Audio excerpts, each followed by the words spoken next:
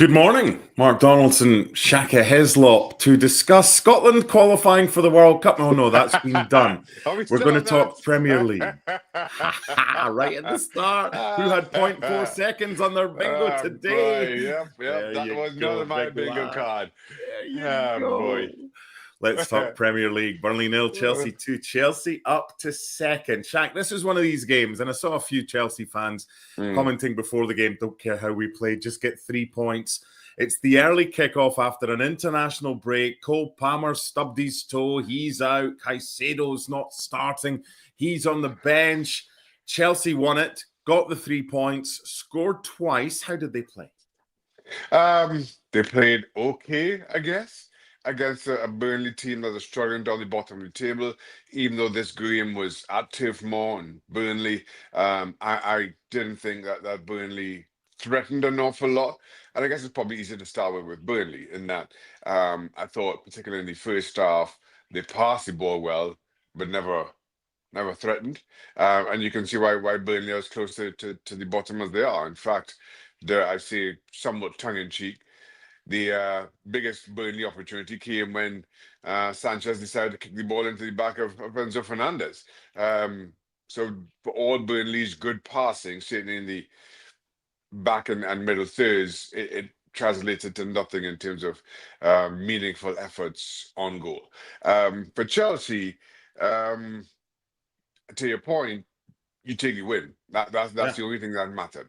Coming out of an international break, with players flying to pretty much literally all four corners of the planet to represent their countries. A big week to come, both in Europe and in the Premier League. You take this win however it comes, and playing somebody like Burnley near the bottom is probably exactly what Enzo Maresca and Chelsea wanted and needed and got. In the end, they got the 2 goals in either half, never really looked troubled, really well worked goals. Um, head back to West London and think nothing of it. As they say, 3 points and up the road or down the road. In this case, especially with Barcelona to come, it would have been easy to take your eye off Burnley and focus on midweek, but that's not what happened. We'll get to the goals in a second. I want to start, though, with an incident that took place in the 26th minute. And Robert Sanchez looks like he takes the goal kick, plays it to Trevor Chalobah, who then picks it up and replaces the ball at the edge of the 6-yard box. Now, this is similar to an incident which happened a year ago in the Champions League, and it was in Belgium. It's Club Brugge against Aston Villa. Emi Martinez kicks the ball out and doesn't get outside the 18-yard box, but he plays it to Tyrone Mings, who's like, I don't fancy this. I'm going to pick the ball up, and I'm going to replace it at the edge of the 6-yard box to take the goal kick. Referee in that game gave a penalty for a handball. Should the referee in this game have given a penalty against Trevor Chalobah for picking the ball up? Well, I'm going to sit firmly on the fence here because I think a year ago and the incident that you mentioned with Aston Villa and Club Brugge, I think was split right down the middle, and I think similarly it would be split right down the middle on this one. But also I'll echo a lot of the sentiments that people like me and just football fans in general echoed 12 months ago. You could say, yeah, referee, just use your common sense. I'm not sure that Chalobah thought that the goal kick was being taken. He kind of wanted to place it in the corner of the box. I think Sanchez, when he touches it off, he thinks, yeah, I'm taking this as a goal kick. But I think, again, I think you poll 100 people, 50 say, I'm fine with it. I'm fine with it just being a goal kick, and 50 kind of screaming there should have been a penalty. There's precedent to it. Listen, I think this kind of leans into a couple of things. One, I think refereeing is always a little bit more harsh in Europe, and secondly, how games are refereed. As many laws as we may try to write, and as watertight as we may try to write them, it still comes down to the man in the middle, how he feels the game is going, and I stand by that. The man in the middle ultimately makes that decision. So again, looking at the game today, and as the incident played out, I had no problem with the referee kind of waving it away and saying, "Listen, this is a goal kick. Let's get on with it." I knew what would come after, regardless. But still, I'm happy. I'm happy with the decision. If the referee decided to give a penalty, I'd say, yeah, it was well within his right to as well. That is why one day I can see you as president of Trinidad and Tobago, because you don't want to upset anybody. You can see both No, sides. let me tell a story. So as Okay. I've often mentioned, I served on one of the advisory panels to IFAB, and Colina, the ex-Italian referee, was on that panel, and I always remember him saying, "You have to leave the final decision to the referee on the park." And this is when we were discussing VAR. This is how long ago it was. It was before the introduction of VAR. And he was insistent that you have to leave the final decision to the referee on the park. And to use his terminology, it's like he's the guy who had the smell of the game, is what he said, and kind of gave it some of that. He had the smell of the game. And so the point being, he did not want somebody in some faraway booth behind a television screen to be the to be the final arbiter on any decision, right?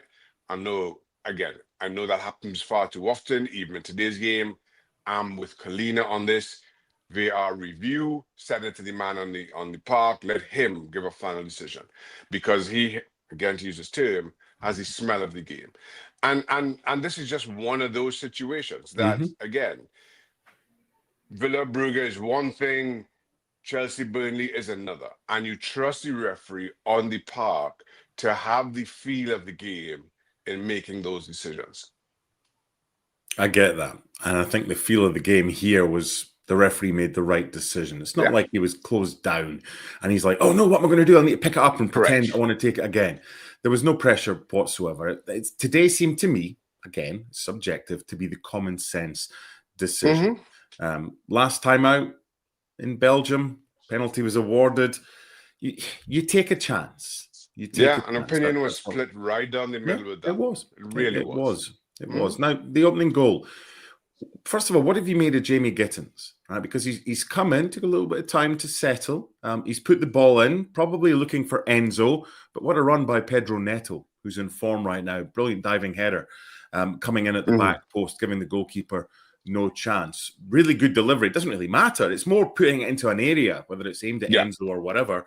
And there's Pedro Neto with a brilliant finish. Yeah, I listen. Gittins, I thought, despite a slow start to his time at Chelsea, kind of emerging in, and this shows the value of having a deep squad, especially at weeks like this, post international break, as we mentioned. And you're right. I thought the ball was a good one. I thought the build up was a good one on Yeah. Chelsea's part to start with, and then you drop inside on your right foot, and you're looking for that cross, and you realize you've got two players to hit at that far post. And while your initial, who was the initial target you mentioned? Enzo was the initial target. We didn't Enzo, kind of he while didn't jump Enzo is properly. there, while Enzo is there, you know you can overcook it a little Yeah. because Neto's coming around far post. So whereas if it was Enzo was the only one there, you have to get that perfect. You may underhit it slightly and the defender gets a touch on the clearance, but you know that if you overhit it slightly, Pedro comes in far post. So you can it gives you that little option to put a little bit more on the board just to make sure you miss out the defender. And once you miss that defender, somebody's going to score. So I thought it was a good understanding of where he was, a good recognition of the run of Neto. And as a result, it dictated his delivery, which he executed wonderfully well. So I thought, really, I thought it was a wonderfully worked goal by Chelsea. And applause all around, especially when you see Neto, who, right, whether he's the primary target or not, when you Mhm. see how far he comes from to get on the end of that, to give Gittins that option to overcook it just a little. Credit to him. Still waiting to find out if there's an injury, a significance of the injury to Reece James, but hopefully not, because that kid just can't buy any luck Yeah. whatsoever. It wasn't Malo Gusto that came on at halftime. It was Benoit Badiashile that came on, and And Chelsea didn't start the first half great, but the second half, they pretty much controlled a lot of Yeah. it. And they hit the post through Pedro Neto. Then they got their second goal late on. Mark Guillot getting away down the right-hand side. Again, good build-up, cutting it back. Enzo with the finish. It was like for Burnley today, the first goal was crucial.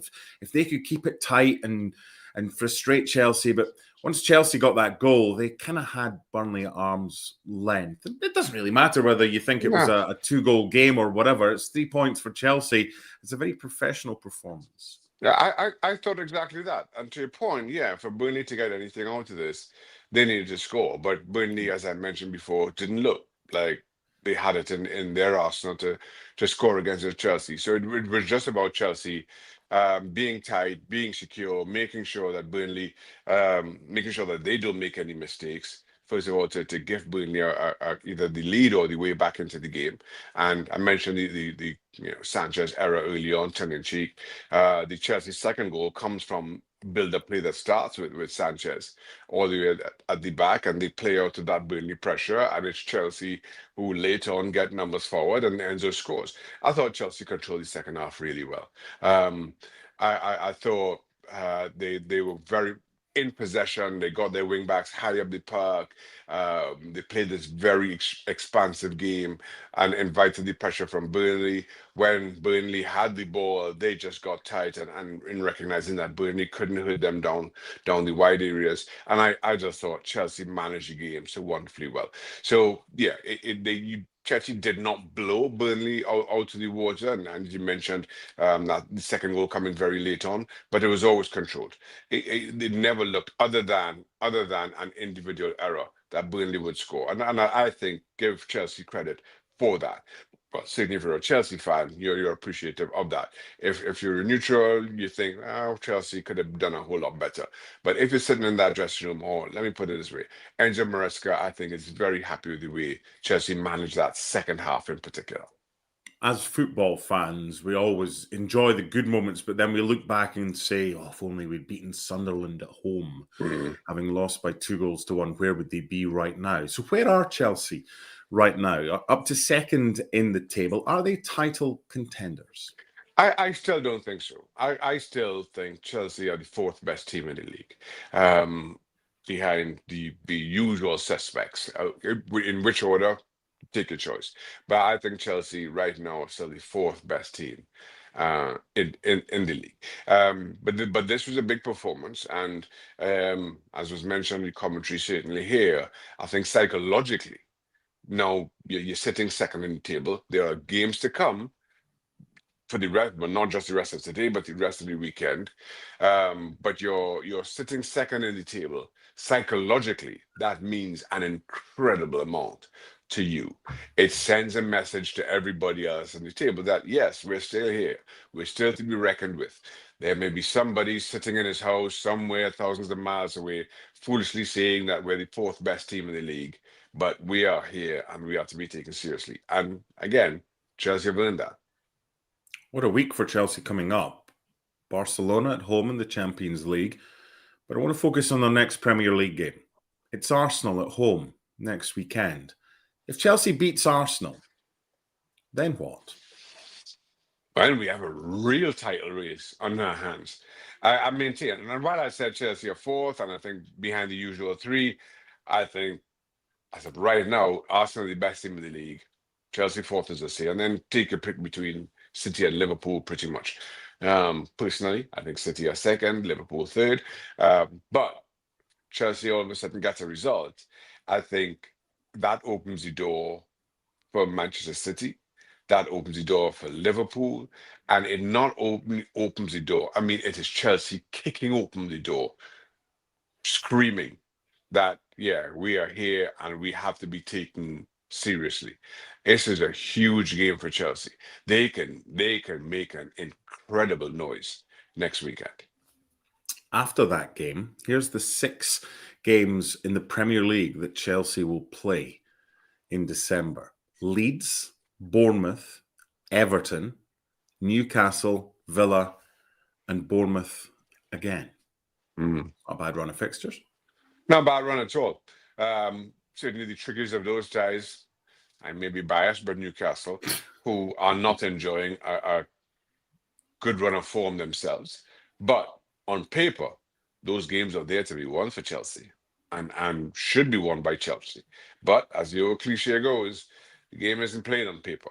That's the only difficulty for Chelsea here. That you go into this run of games expecting you are expected to win them. And if you don't, those are big points against those opponents. The form that they're in, the positions in the table that they're in, those are big points to drop. So Cole Palmer was back training. And then on Wednesday, he stubs his toe at home. And he's out today against Barca and against Arsenal. Mr. Hislop's household over the years, has Xhaka ever tripped over the dog or done something silly that kept you out of games or ESPN FC? No. Thank goodness. I don't have those stories. The stub toe or the bottle of salad cream that drops in your instep, and I don't have any of those stories. Thankfully, I've got small dogs. I've got 2 dogs that weigh a total of 16 pounds between them, added up. I'm not tripping on any of them little things. Okay. It reminds me of Kirk Broadfoot, the former Rangers player, tried to microwave an egg and it exploded when he took it out, and that was him out for a while. But look, things can happen. Cole Palmer will be back. Apparently. Don't microwave eggs or do silly things. Let's end with Burnley. Burnley, Sunderland, and Leeds were the 3 teams that came up. We thought there might be one of them staying up. Sunderland right now look most likely. Sunderland, yeah. If there's But one, it's Sunderland. Sunderland know who they are. Sunderland They know do. who they are. They're They very do, well and organized. they've signed well. They're physical. Absolutely, they know who they are. As But I what mentioned Burnley? about Burnley, I thought very good footballing team. Scott Parker, I guess, has them playing that way. That's how they got promoted, but just far too lightweight up front. And that's a challenge. And then what you saw, especially from Chelsea in the second half, is you can pass out of that pressure. You know, they try to press you high up the park, especially if they fall behind, and Chelsea made very easy work. And maybe I'm not giving Chelsea enough credit, but Chelsea made easy work of passing out of that pressure. Never really seemed in any real danger. That's not a good formula for success, for staying up. No, Wolves are bottom. They're at home today against Palace. Forest second bottom go to Liverpool, and your old boys, West Ham, at Bournemouth. West Ham finish above Burnley, don't they? They should. If they don't, they're going down. If they don't, they're going down. Yeah. But it's Chelsea today that won by 2-0. One of these banana skins after an international break with lots of players away, an early Saturday lunchtime start at a newly promoted side. But Chelsea get the job done, winning by 2-0. And as Shaka and I speak, they're up to second in the table. Bye for now.